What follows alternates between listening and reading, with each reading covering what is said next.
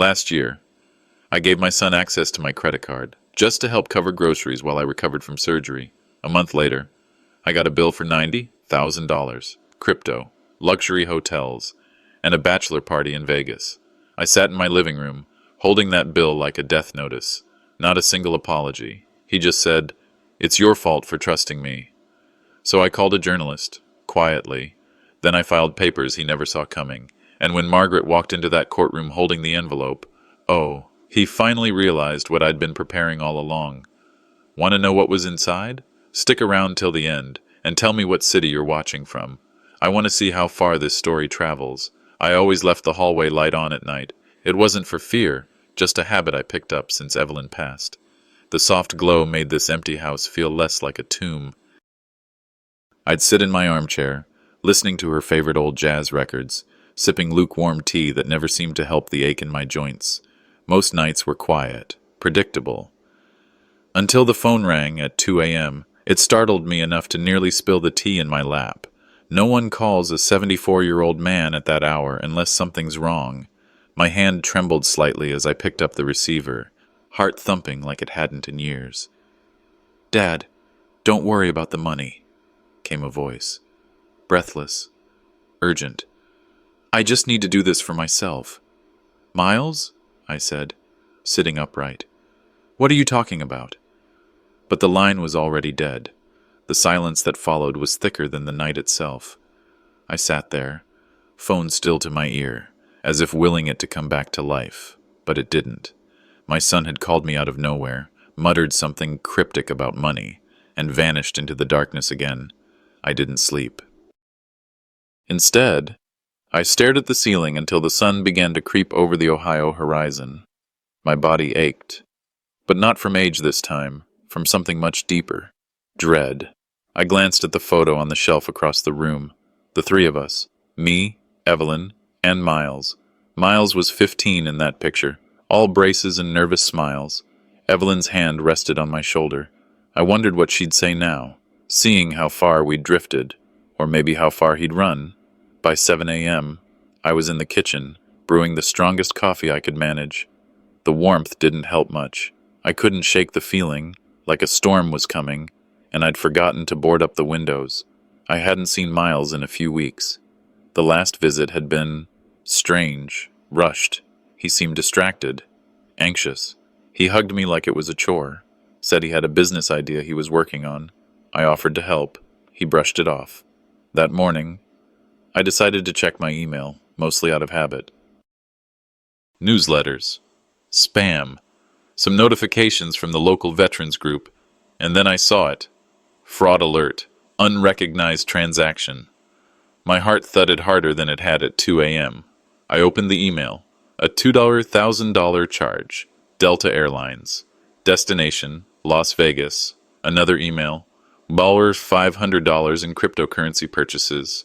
Then a charge for a luxury hotel suite. All within 12 hours. All from my credit card. I hadn't been to Las Vegas in 30 years.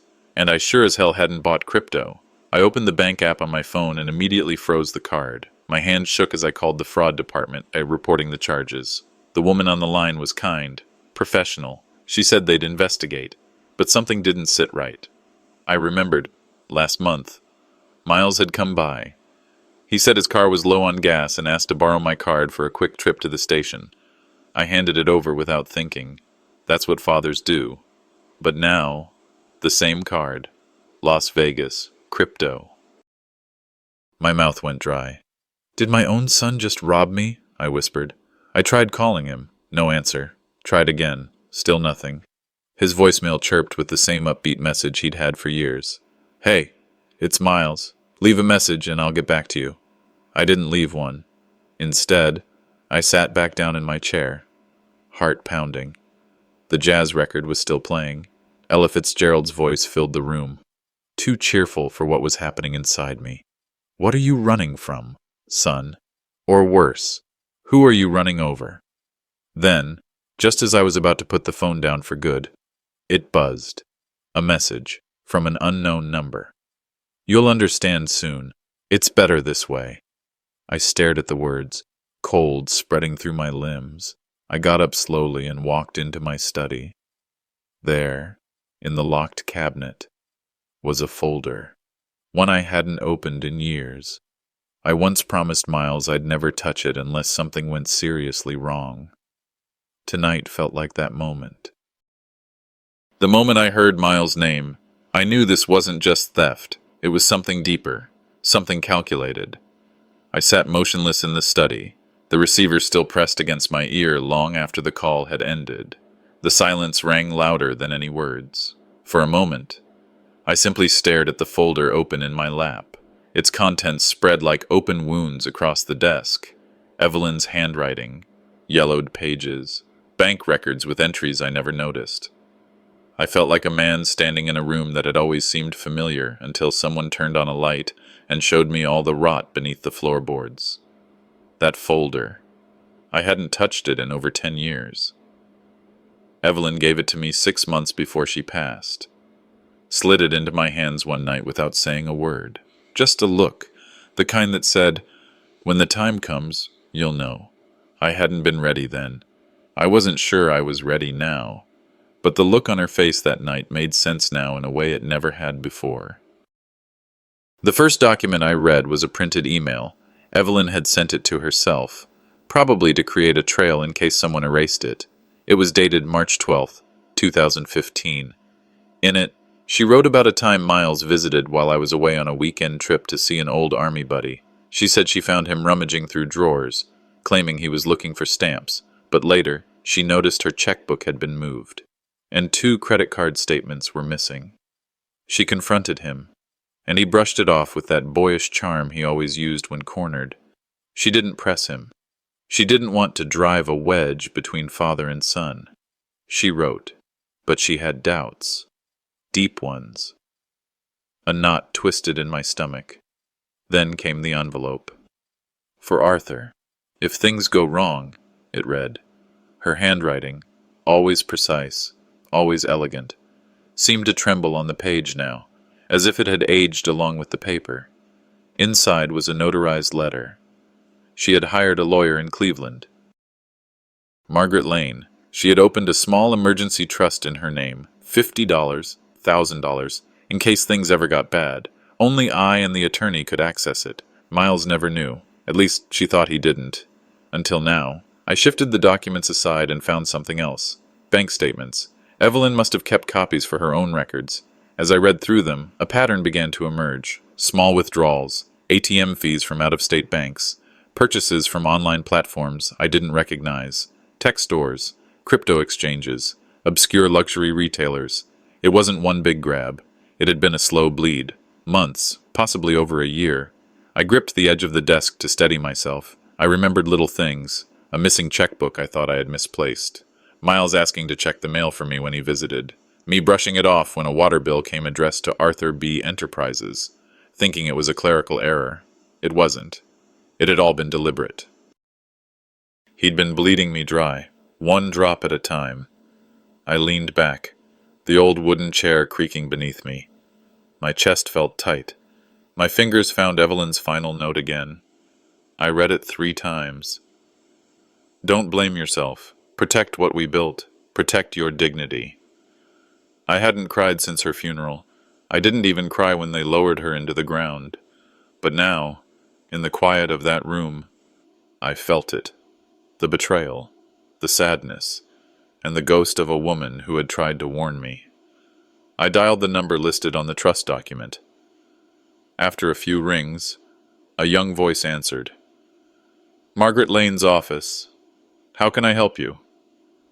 I cleared my throat. Yes. My name is Arthur Blake. I need to speak to Margaret. It's about a trust she helped establish for my late wife, Evelyn Blake. There was a pause. I could hear typing. Then the assistant's voice. Cautious now. Sir, someone came by last week asking about that trust. A jolt ran through me. My knuckles went white around the receiver. Was his name Miles Blake? The hesitation was brief. Yes, that's the name in the visitor log. My breath caught in my throat. He knew. Miles had found out. And if he had visited the attorney, he might be trying to gain access. Maybe he thought if he got there first, he could manipulate the system, spin some lie about power of attorney, or tell them I was mentally unfit. I thanked the assistant, hung up, and sat there, staring at nothing. The soft ticking of the grandfather clock in the hallway was the only sound. Tick, tick, tick. It felt like time itself was counting down to something I couldn't yet see. Whatever this was, it wasn't just a son stealing from his father. It was a plan, a long one. And Evelyn, she had seen it coming long before I did, but I wasn't going to sit back anymore. I had to meet Margaret. I had to know what Miles knew, and what Evelyn had never told me. The early morning sky over Cleveland was pale and cloudless, but inside me, a storm churned. I hadn't slept much after that phone call with Margaret Lane's assistant. I couldn't get her words out of my head. Yes, that's the name in the visitor log. I didn't need confirmation. I already knew it was Miles. The drive from my small town to Cleveland took a little over an hour, but it felt much longer with all the thoughts crashing in my head. I ignored a few incoming calls from an unknown number. Likely Miles. The silence between each ring weighed heavily on me. A part of me still hoped this was all some massive misunderstanding. But deep down, I was bracing for the truth. Margaret Lane's law office was nestled in a narrow brick building on a quiet street. Small, neat, and dignified, much like Evelyn used to be. I parked across the street, took a long breath, and stepped inside. A young assistant greeted me with a polite smile, recognizing me instantly. "Hey, Mr. Blake, Mrs. Lane is expecting you. Right this way." Margaret Lane stood as I entered her office, a woman in her late 60s, composed, with sharp eyes that missed nothing. She didn't offer a handshake, only gestured toward the seat in front of her desk. "Mr. Blake," she said, her voice calm but firm. "I remember Evelyn well. She trusted very few people. I was one of the lucky ones." I nodded, unsure where to begin. "She never told me about this trust, or the folder." "She wanted to," Margaret said, "but she feared it would cause conflict with your son." Her eyes softened for a moment. Evelyn was meticulous. She planned a contingency trust, solely for you, in case things went wrong. You were the only one meant to access it. I felt the weight in my chest shift. But something changed, didn't it? Margaret opened a drawer and pulled out a file. Inside were legal documents with Evelyn's unmistakable handwriting and signature. She showed me one dated a year before her death. It named me as the sole trustee of the contingency fund. Then she pulled out another document, dated 2 years after Evelyn had passed. "This," she said, "was filed with the bank. Someone claiming to be Arthur Blake tried to revoke the trust." The signature was a poor imitation of mine, too slanted, too clean. A copy of my driver's license was attached. I stared at it, stunned. "That's not my handwriting," I said. "I know," Margaret replied. "And the bank had suspicions too, but they never filed a formal report." "Why not?"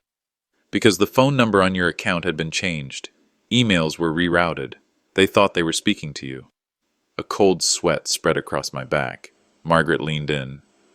I confronted the fraud department, quietly. They brushed it off as a clerical error. I didn't have enough to go public. She handed me a separate folder, a printed email chain between her and the bank. There it was, an attempted signature update, a request to change the account holder's contact information, dated just a few months ago.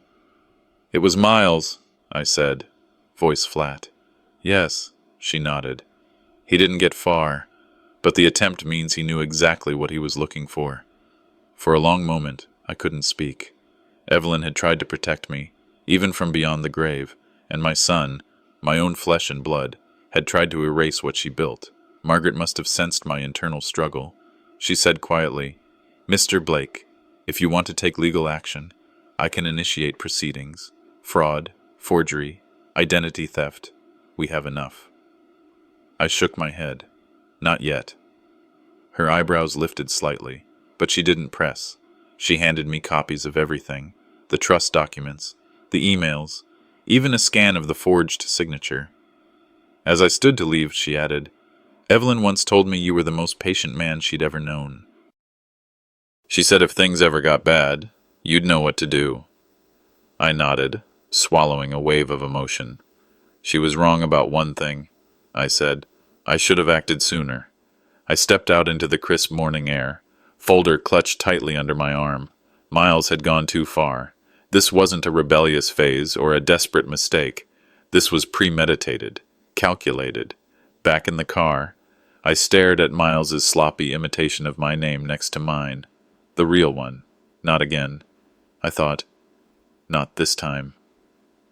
The door clicked shut behind me, and for a moment, all I could hear was the refrigerator humming in the kitchen. No TV, no footsteps, just silence. That kind of silence. The heavy kind. Never felt peaceful. It felt like something was holding its breath. I stepped into the kitchen and saw Miles hunched over his laptop, headphones covering his ears. His shoulders moved slightly to a beat I couldn't hear. The sight used to warm me once. Him home, under my roof, safe. Tonight, it stirred something far colder. He didn't notice me at first. I stood there, envelope in hand, the weight of Evelyn's warnings and Margaret's words pressing against my chest.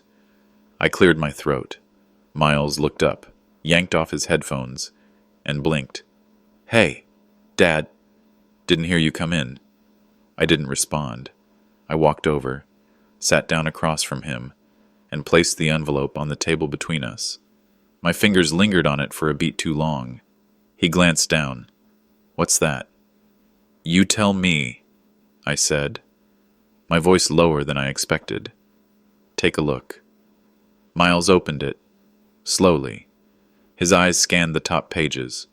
Trust documents, Evelyn's signature, bank statements, notes from Margaret.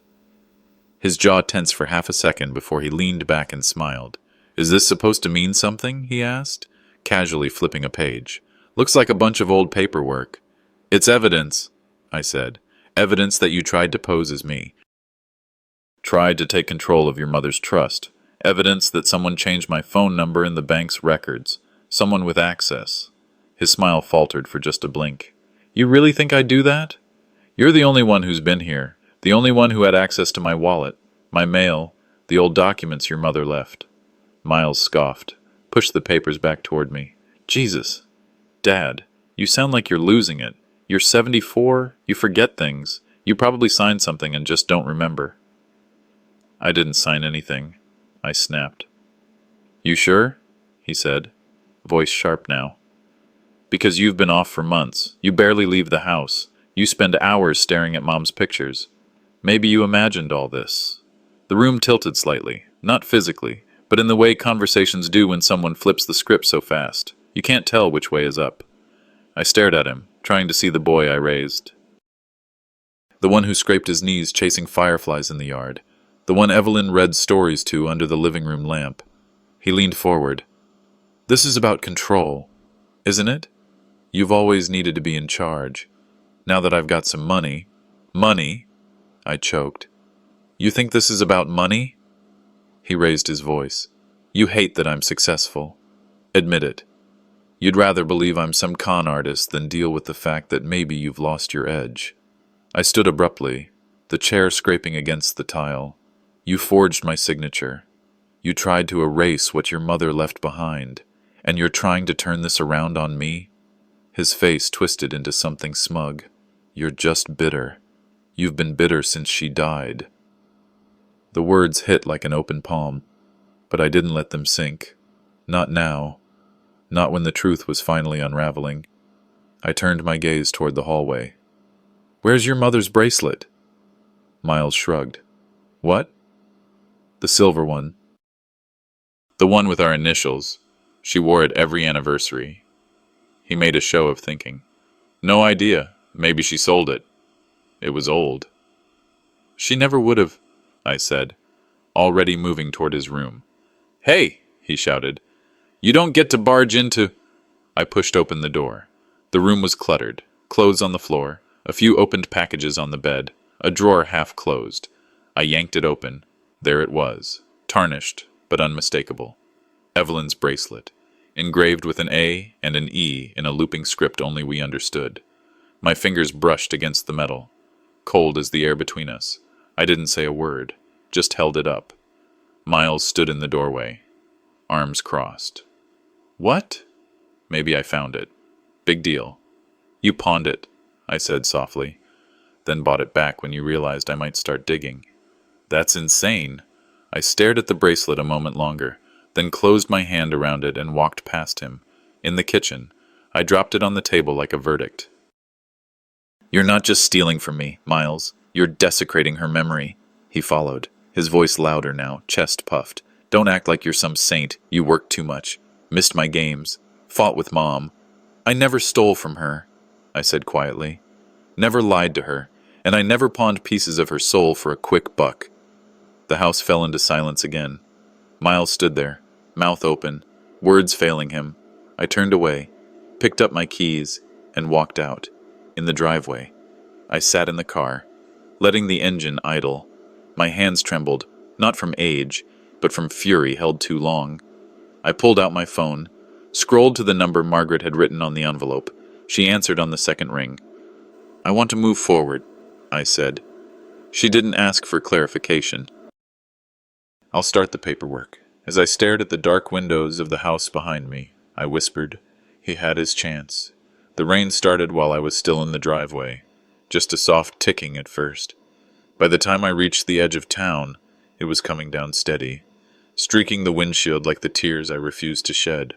I didn't know where I was going. I just needed to be away, from the house, from his voice, from the bracelet that still lay cold on the passenger seat. Evelyn's bracelet, her initials, her memory. I turned off Main Street, past the shuttered antique store she used to love, past the corner diner where she once ordered lemon pie at midnight. I couldn't bear to go home. Not yet. Not while Miles still slept under my roof like nothing had happened. At a red light, I reached for my left hand and slid off my wedding ring. It had never come off, not through chemo appointments, not even at Evelyn's funeral. But tonight, it felt too heavy. Too symbolic. I placed it in the glove compartment and closed it gently. I raised a stranger, I whispered. Not a son. I pulled over near the river, engine idling. Outside. The rain tapped the roof like a ticking clock.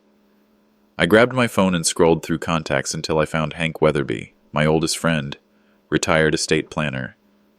Evelyn trusted him. So did I. He answered on the second ring. Arthur? I need to talk, I said. Now? Tonight. He didn't ask why, just said, I'll put coffee on. Hank's workshop sat behind his house on a quiet cul-de-sac, just past where the city lights dimmed. When I arrived, he opened the door without a word and motioned me in. The place smelled like sawdust and motor oil and something warm from the stove. We sat at the old drafting table. I handed him the envelope Margaret had given me, the trust documents, the forged signature, Evelyn's final note. He read without speaking, eyes narrowing behind his thick glasses. When he finished, he leaned back, folded his arms, and said, You know, Evelyn was always 10 steps ahead. I looked at him. What do you mean? She came to me once, maybe a year before she passed. Said she wanted to make sure you'd be protected if anything ever went wrong. Said she didn't trust Miles's judgment. He got up, rummaged through a dusty filing cabinet, and pulled out a binder I hadn't seen in over a decade. My name was on the front, in Evelyn's handwriting. He flipped to a page marked with a yellow tab and pointed. There, subclause 14b. I squinted. Legal language always read like another language to me. Hank translated. She requested a provision, any structural change to the trust, amendments, access, disbursements, required both spouses' signatures. Since she passed and never revoked it, it's still legally binding. I sat there, stunned. So, everything Miles tried to do wouldn't hold up in court, Hank finished. Not unless he got your real signature in Evelyn's, which is impossible. I let out a long breath, half relief, half grief. Why didn't I know about this? You never opened the binder, Hank said gently. She left it in your office after the funeral. You weren't ready. He was right. I hadn't touched anything she left behind, not her boxes, not her letters. I couldn't bear it.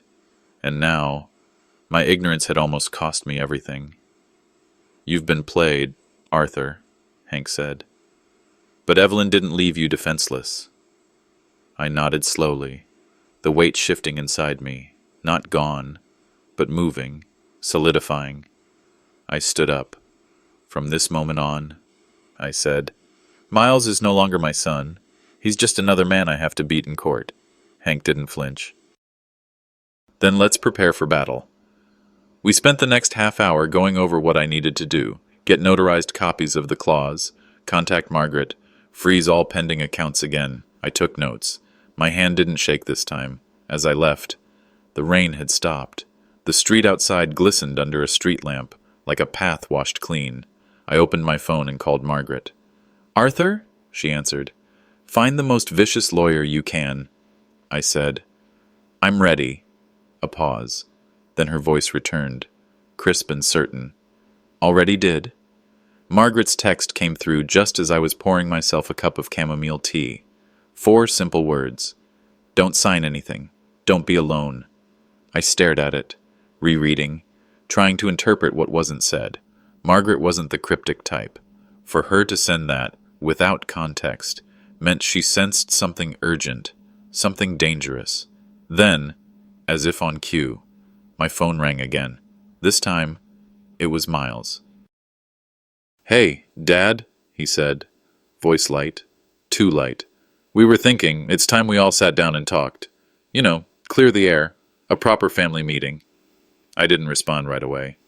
It's just us, Savannah, Becca, and me, tonight, 7 o'clock. I hesitated.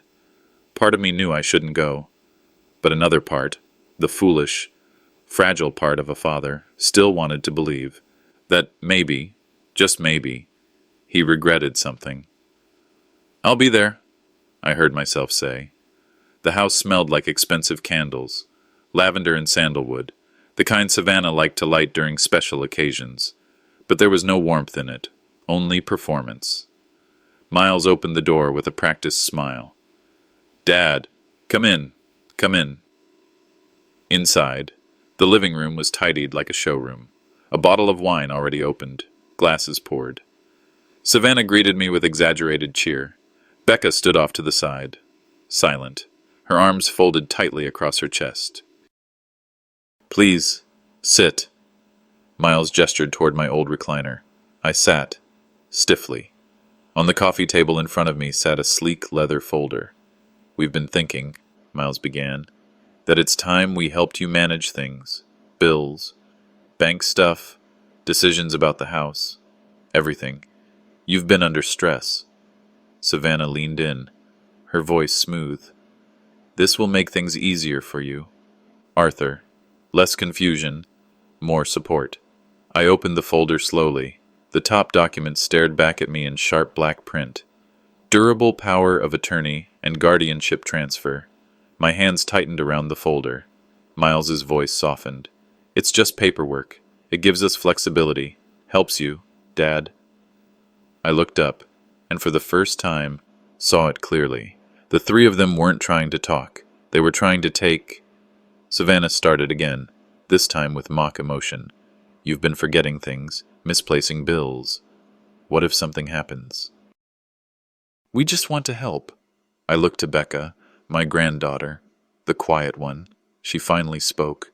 Just sign it, Grandpa, she said coldly, so we can stop pretending. I reached for the pen without thinking. My vision blurred. My heart thudded. Then I heard the door creak open. Arthur. It was Margaret. She walked into the room like a surgeon into a failed operation. Calm. Focused. I thought this might be happening, she said. Then she pulled a small recorder from her coat pocket and pressed play. Miles' voice filled the room. Guilt him. Talk about memory issues. He'll sign if we corner him. Savannah's voice followed. If he hesitates, I'll cry. That always gets him. The silence that followed was suffocating. I rose from my chair slowly. My legs trembled, not from weakness, but rage. "You wanted guardianship?" I asked, staring straight at Miles. "Over me?" "Dad!" Miles stammered, his face paling. Savannah stepped forward, her mask cracking. "It's not what you think. I think it's exactly what I think," I said, grabbing the paper from the table and ripping it down the middle. Becca flinched. Savannah gasped. "You're not protecting me," I said, tossing the torn halves to the floor. "You're protecting what you think you deserve, but you forgot something. Evelyn didn't raise me to be weak." I turned to Margaret. "Let's go." Outside, the air was biting cold. I didn't realize how hard my hands were shaking until I tried to buckle my coat. Becca followed us to the porch, but said nothing, just stood there, watching, arms still crossed. In the car, I sat in silence for a long while. Margaret didn't say a word either. She waited. "I almost signed it," I whispered finally. I was that close. "They almost took everything," she said. "That's not the same." I turned toward her. My voice was steady now. "They're going to push harder, aren't they?" Margaret nodded, her jaw set. "You better be ready." I looked back toward the house, where the lights still glowed warm through the curtains, false warmth, the kind you can't trust. "Then let's build a war room," I said. Margaret started the engine, already drafting the battle plan. The letter arrived by certified mail, thick envelope, stiff as a threat. I stood in the kitchen, my hands damp even before I tore the seal. Margaret had warned me. They won't stop. But I still wasn't prepared for what I read next. Notice of intent to pursue legal guardianship and mental competency evaluation on behalf of client Miles Blake. Signed in tight, aggressive print, Frank Delaney, attorney at law. My stomach dropped. My mouth went dry. Frank Delaney. I hadn't heard that name in nearly 20 years, but I'd never forgotten it. And now, somehow, he was back, crawling out from the past and straight into my nightmare. 18 years ago, I chaired the local homeowners board in Shaker Heights. Frank had applied to expand his condo unit into common space, a clear violation of zoning agreements. His proposal was sloppy, entitled, and backed by threats. I led the unanimous vote against him. The next week, he sued the board. He lost. But he didn't forget. The day he stormed out of the courthouse, red-faced and livid. He cornered me in the parking lot. I still remember his breath, sharp with rage and some bitter chewing gum, as he hissed, "You humiliated me. One day, I'll return the favor." I thought it was just sour grapes. I moved on, apparently. Frank didn't. Of all the blood-sucking lawyers in Ohio, I muttered under my breath, Miles had to find him. I drove straight to Margaret's office. She was already waiting, arms folded, jaw tight. "I know Delaney," she said before I even spoke. "He's not after a case. He's after you." She made a call, an old friend of hers, a retired judge who used to see Frank in court. What we learned confirmed everything I feared. Frank had carved out a niche in elder law, specifically manipulative guardianship litigation. His tactic was simple: shame. He'd push family members to declare aging parents unfit, then force settlements before things ever reached trial. He used subtle public leaks, backdoor rumors, legal threats cloaked in concern. Margaret shook her head. "He doesn't fight clean. He fights ugly." "Then he chose the wrong opponent," I said. "Because I'm not backing down." We got to work, gathering medical records, notes from my doctors, statements from friends, colleagues, even a pastor. Anything that confirmed I was mentally sound. Still, we knew Frank wouldn't wait quietly. The first blow came quietly. A blog post, local, innocuous at first glance. Concerns mount over elders' well-being in prominent legal dispute. It didn't name me, but it didn't have to. It mentioned an elderly man in his 70s, previously involved in neighborhood disputes, and now facing a competency challenge by his only son. Friends began calling, some confused, some concerned. One neighbor even brought me soup and asked if I needed help bathing. At the pharmacy, the tech looked me up and down before asking me loudly, "Do you need someone to go over your medications with you?" I snapped, loudly. Too loudly. People stared. Exactly what Frank wanted. Back in Margaret's car, I fumed. He's poisoning the air around me. I can feel it. I'm becoming the crazy old man in town. That's the strategy, she said quietly. He wants you off balance, emotional, reactive. Then he'll present you as unstable. I turned to her. Then I have to flip the script. Her eyes narrowed. What are you thinking? A story. I hadn't spoken to Natalie Sanchez in over a decade. She used to report for our local NBC affiliate. We worked together on a veterans fundraiser years ago. I'd given a hefty donation anonymously, but she'd figured it out. We'd stayed in touch. Barely. I dialed her number. Held my breath. She picked up on the second ring. Arthur Blake, she said, surprised. It's been a while. You want a story? I asked. One with money, corruption, family betrayal, and a legal system being used as a weapon? She laughed once. You have 60 seconds. Talk. I inhaled sharply. This isn't just family drama, I said.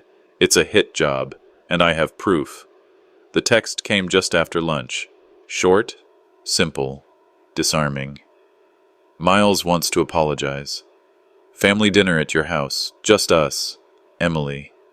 My heart stumbled. Could it be, after everything, but the fraud, the bracelet, the guardianship papers? Was this finally the first sign of remorse? Gemma and I showed the message to Margaret. She frowned immediately.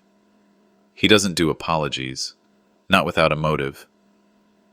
I know, I said, but Emily's name is on it.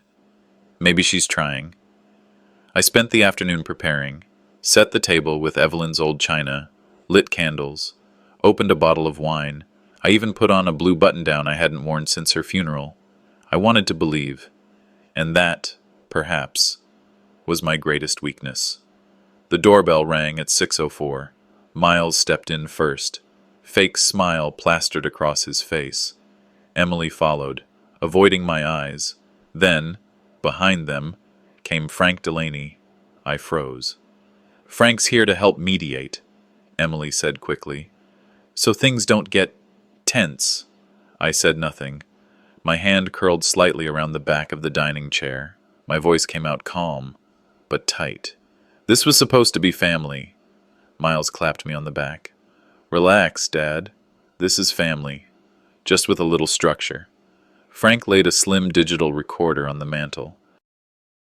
Just so we're clear, this is for reference. Transparency is key in resolving family conflicts. That's when I should have kicked them all out. But I didn't, because a part of me still wanted peace. Dinner was lukewarm chicken and bitter wine. The conversation started gently. Emily asked about my garden. Miles complimented the mashed potatoes. Then Frank spoke. Arthur, how have you been feeling lately? Any confusion? Trouble remembering names or dates? I blinked. Excuse me?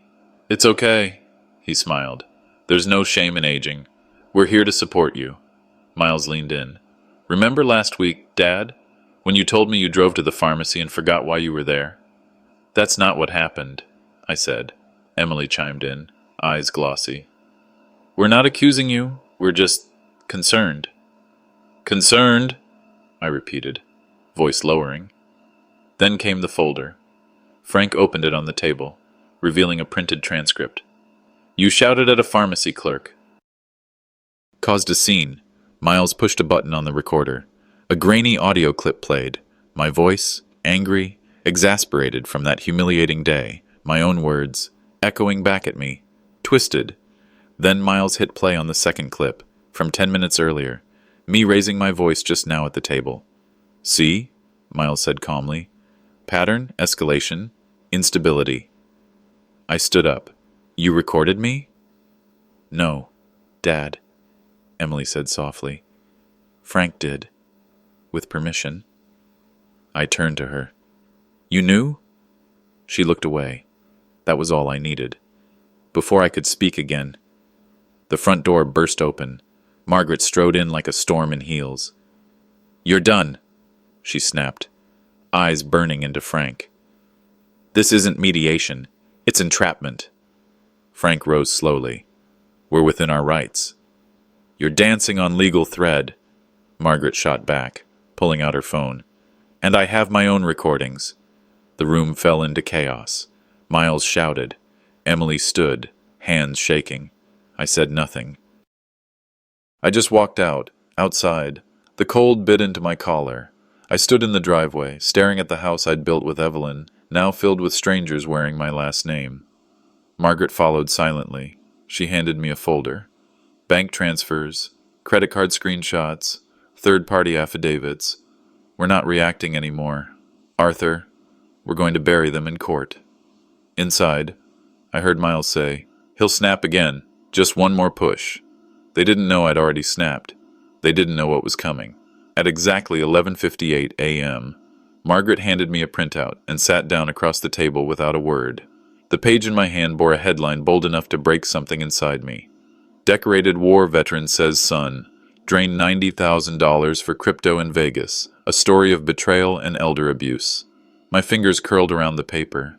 "It's scheduled to go live at noon," she said, her voice steady. Stephanie Graves confirmed. I stared at the lines. My own life reduced to quotes and bullet points. My military photo from 1973. A scanned copy of the forged documents. A credit card statement with the $23,000 Vegas withdrawal in stark, cold numbers. "She's a good journalist, Arthur," Margaret added. "She runs a local column on elder justice. She's been building this for weeks." I looked up. "And if this ruins him?" She didn't blink. "He tried to ruin you first." My silence was her answer. At noon, the internet exploded. The article dropped like a grenade across our quiet little town. Within minutes, I heard the buzz of my phone erupt with a vengeance I hadn't felt in years. "Is this true?" "Arthur, I'm so sorry." "How could your own son?" One after another, messages poured in. Friends, old Navy buddies, people from the VFW I hadn't seen in over a decade. Then came the public comments. "Reminds me of what happened to my uncle." "Thank you for speaking out. Sick to my stomach reading this. People need to protect their parents better. $90K on crypto and strippers while your dad eats alone? You're garbage." Miles. I couldn't keep up. The support flooded faster than I could read. My hands trembled, not from shame or fear, but from something I hadn't felt in a long time. Validation. My phone buzzed again. Emily. "How could you do this to us?" I stared at the text for a moment. Then I typed back, with no hesitation. "You did it to me. I just stopped being quiet." By 2:00 p.m., things started to unravel on their end. Margaret, who had stepped outside to take a call, returned with a grin. "Miles just got suspended." "What?" "His employer saw the article. Public reputation clause. He's on leave. Pending review." I blinked. "Already?" "Turns out when a national columnist retweets your story, people notice." It didn't stop there. The HOA board scheduled an emergency meeting. The community center revoked his speaking engagement. Even the local grocery manager, who once called me Old Man Blake dismissively, gave me a firm handshake and whispered, "You're not alone anymore." Then came the emails, from strangers, from sons and daughters and caretakers who had lived this same nightmare. This happened to my dad, too. No one believed us. Thank you. I didn't cry then, not when my wife passed, not when I found Evelyn's bracelet hidden in Miles's drawer, but now, sitting in my recliner, holding a printed-out comment from a stranger, I wept. Miles struck back by sundown. A post appeared on his social media, a photo of me from last Christmas. Blurred, with a caption, "My father is mentally declining. This is a sad, private misunderstanding that's been twisted by others. We're seeking medical help and peace." Frank Delaney echoed the sentiment in a vague, pompous blog entry titled, "The Dangers of Public Perception in Family Legal Disputes." But Margaret came prepared. She forwarded Stephanie an image I had never seen before, the original power of attorney packet, unsigned. Stephanie didn't hesitate. She posted it with the caption, "This document was never authorized. The trust was never legally changed. The control was never given. This isn't miscommunication. It's manipulation." Frank didn't respond. Miles did. He posted a meme of a tinfoil hat and the words, "Everything's a conspiracy now." I looked at Margaret. He's unraveling. She shook her head. No, he's preparing for war. That evening, Stephanie emailed us. Arthur, the National Desk is interested. They want to interview you. Full feature, weekend edition, human rights, elder law, financial abuse, all of it. I stared at the screen. The words looked foreign, like they belonged to someone else's story. I replied with 2 words. Let them. I sat on the porch, the sky dimming, the article still trending online. Evelyn's old wind chime clinked above me, soft, gentle, real. For too long, silence had been my cage. Now, it was my voice that set me free. The world was watching, and for once, they saw me. By the time I stepped into Stephanie Graves's office, the wind outside had picked up. It clawed at my coat like a warning, or maybe a dare. Stephanie slid the documents across her desk without ceremony. The formal complaint for financial abuse, the request for a restraining order, and the affidavit detailing the unauthorized charges.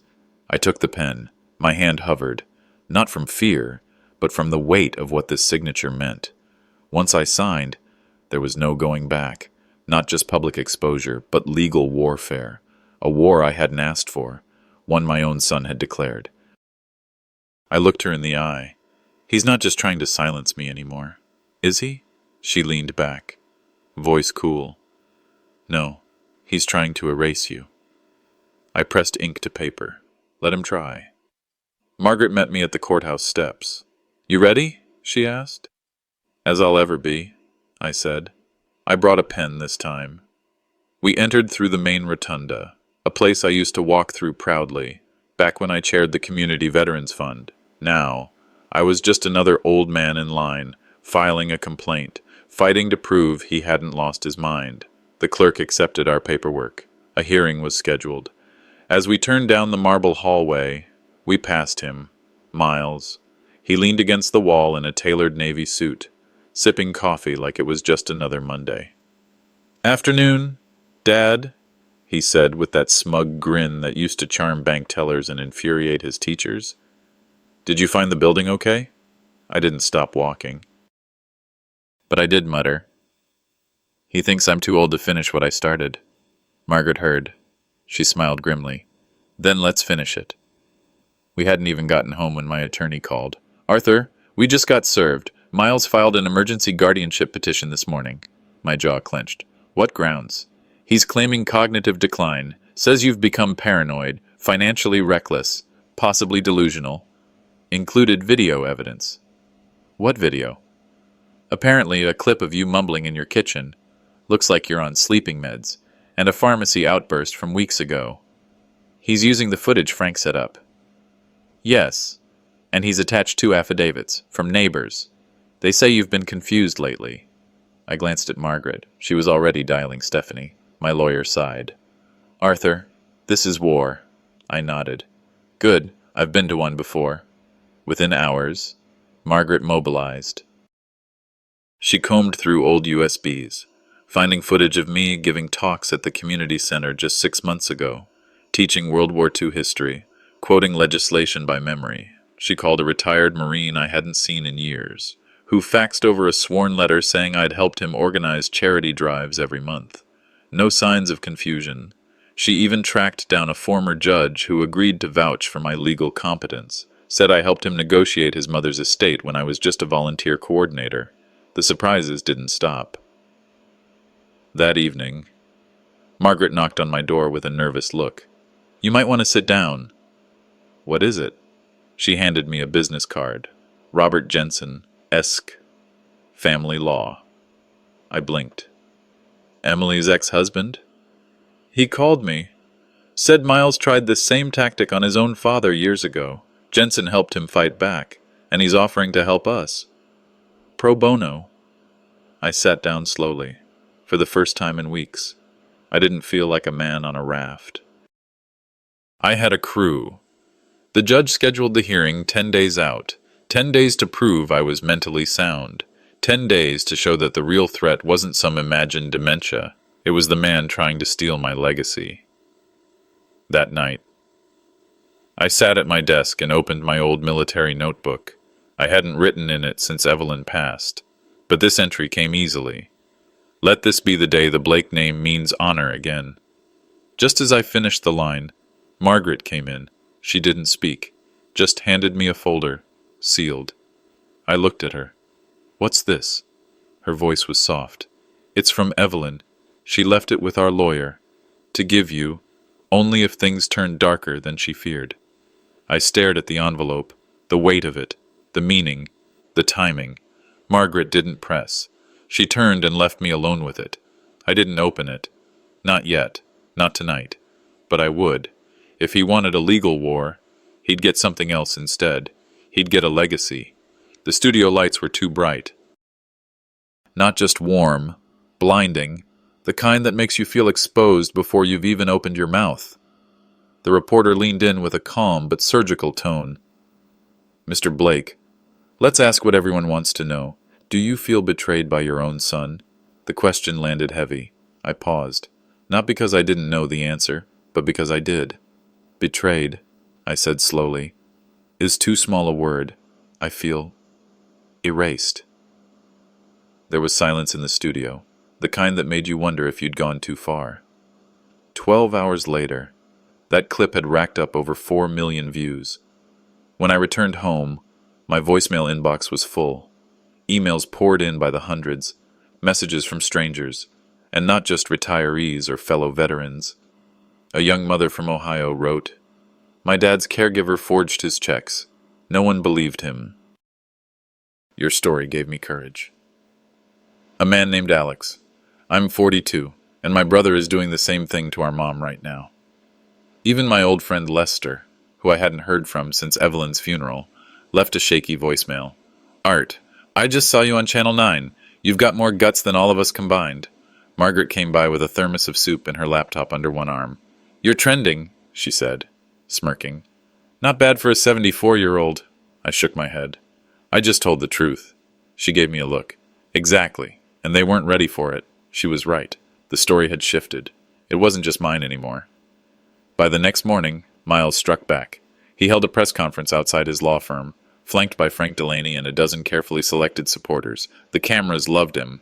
Well-dressed, polished, persuasive. "My father is not well," he said solemnly. "This isn't elder abuse. This is confusion and manipulation. Outside influences are steering him into paranoia. I love him, but I can't let falsehoods destroy our family." He even brought up my heart condition. He was hospitalized for arrhythmia 5 years ago. He takes strong medication, including sleep aids that have side effects. I'm asking the public to please respect our privacy during this difficult time. Frank chimed in with vague legal threats. Any outlet hosting defamatory material will be held accountable. Stephanie forwarded me the link to the broadcast. "Textbook counterspin," she wrote. "He's afraid. That's why he's loud." But later that night, the lights dimmed again, and this time I was alone with doubt. I sat on the couch, rewatching my own interview. My face looked older than I imagined. My voice sounded tight. Were my hands trembling when I spoke? Was I too bitter? I asked the empty room. Did I go too far? I didn't hear Margaret come in. She dropped a manila envelope on the coffee table. "From a retired court clerk. She saw your segment. Said she remembered a guardianship hearing Frank Delaney handled in 2017. She didn't like what she saw then, and she believes you now." Inside was a short, handwritten note. "Tell Mr. Blake I believe him, and I know what Frank does to people who speak out." I ran my fingers across the ink. Something inside me straightened. Not my spine, my resolve. "I'm not just doing this for me," I said quietly. "I'm doing it for them." Margaret nodded. "And we're not done yet." Just after midnight, something slid under my front door. I opened it cautiously. A plain, unmarked envelope. Inside were 3 printed photographs. Miles, at a quiet cafe, sitting across from a man I didn't recognize. But Margaret did. That's Harold Weiss. He was sued last year in 2 different states for elder exploitation. Both settled out of court. No note, no return address, just those pictures. I sat down hard. I wanted to believe someone inside Miles's circle had grown a conscience. Maybe Becca. Maybe someone we hadn't counted on. But I'd been baited before. I called Stephanie. She didn't mince words. If those photos are real, they could be our hammer in court. But if they're manipulated, it could collapse everything. I stared at the images again. Miles's face was clear, smiling, relaxed, almost like he believed nothing could touch him. I exhaled slowly. It's truth now, I said, whether he meant it to be or not. There was a long pause. Then Stephanie replied, That means we're close. I looked down at the envelope. Truth, weapon, or trap. It had landed at my feet, and this time, I wasn't walking away. The courtroom smelled of pine cleaner and nerves. I walked in with a cane, more for balance than for need. I could have gone without it. But in a courtroom, symbols matter. Let them see a man wounded but not broken. Miles was already there, seated beside Frank Delaney and a second attorney I didn't recognize, younger, meaner looking. His suit looked like it cost more than my old truck. Good. That meant he was nervous. My lawyer, Benjamin Ricks, nodded toward me with quiet confidence. When the judge entered, the room stood. My knees ached as I rose, but I stood straight. This isn't a case about money, Benjamin began, voice clear and deliberate. It's about dignity, about a man who served his country, built his family, and asked only to live out his days in peace, until that peace was stolen. For the first time in weeks, I saw it. A flicker of doubt in Miles's eyes. Margaret was called first. She was calm, razor sharp, even. Told the court how Miles and Emily had isolated me, manipulated paperwork, how they'd used concern as camouflage. She handed the clerk a flash drive. Exhibit 14, the judge said, raising an eyebrow. Play it. The courtroom screen came alive. There I was, seated in my kitchen weeks ago, voice groggy, hands shaking slightly, Miles hovering over me, his voice on the video. Just sign here. Dad, it's nothing big, just simplifies things for you. My voice. Why is it labeled power of attorney? Miles. It's just formality. Trust me. The gasps in the courtroom were audible. Frank Delaney leaned forward, whispering to Miles. I could guess the words. Judge Whitmore's face tightened. Mr. Blake, he said, do you recognize this footage? I do, Your Honor, I replied, and I had no idea it was being recorded. You didn't need to, Margaret added. The abuse was obvious enough. The judge leaned back, ready to rule.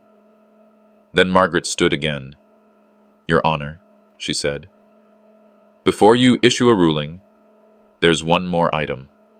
She held up a sealed envelope, filed, notarized, and time-stamped last year by a federally certified notary. My client, Arthur Blake, granted himself sole authority over the disputed account after his wife passed. He simply never activated the rights, until now. I didn't even know what she had done. My heart thumped. The judge opened the envelope, read silently, then looked up. Do you contest this, Mr. Blake? He asked Miles. Miles stood. That's fake. She forged it. The courtroom froze. The judge didn't flinch. Are you accusing a federal notary of fraud? Miles's lips parted, then closed. I didn't say that. Frank tugged his sleeve. Sit down. The judgment came fast. In favor of Arthur Blake, Judge Whitmore declared. Full restitution of all disputed funds, immediate reinstatement of financial authority, a public apology to be issued within 30 days. He continued. Further, pending an investigation into elder abuse, Mr. Miles Blake's assets are to be frozen for review. A temporary restraining order is granted. I didn't smile. I just breathed. For the first time in months, long, deep, free. Margaret leaned in. He's not done paying yet, she whispered. A week later, I sat on a wooden bench in the courtyard of a retirement home. Next to me was Harold, a Navy vet who'd written to me after seeing my interview.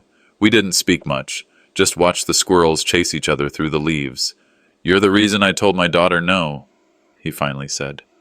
She was trying to move me into a place I didn't want to go. I nodded slowly. Sometimes saying no is the most honest thing a father can do. He looked over at me. You're not angry? Still angry, I said. but not poisoned by it. I looked down at my hands. We give our kids the world. Harold, the ones who deserve it, give something back. A breeze stirred the edge of my coat.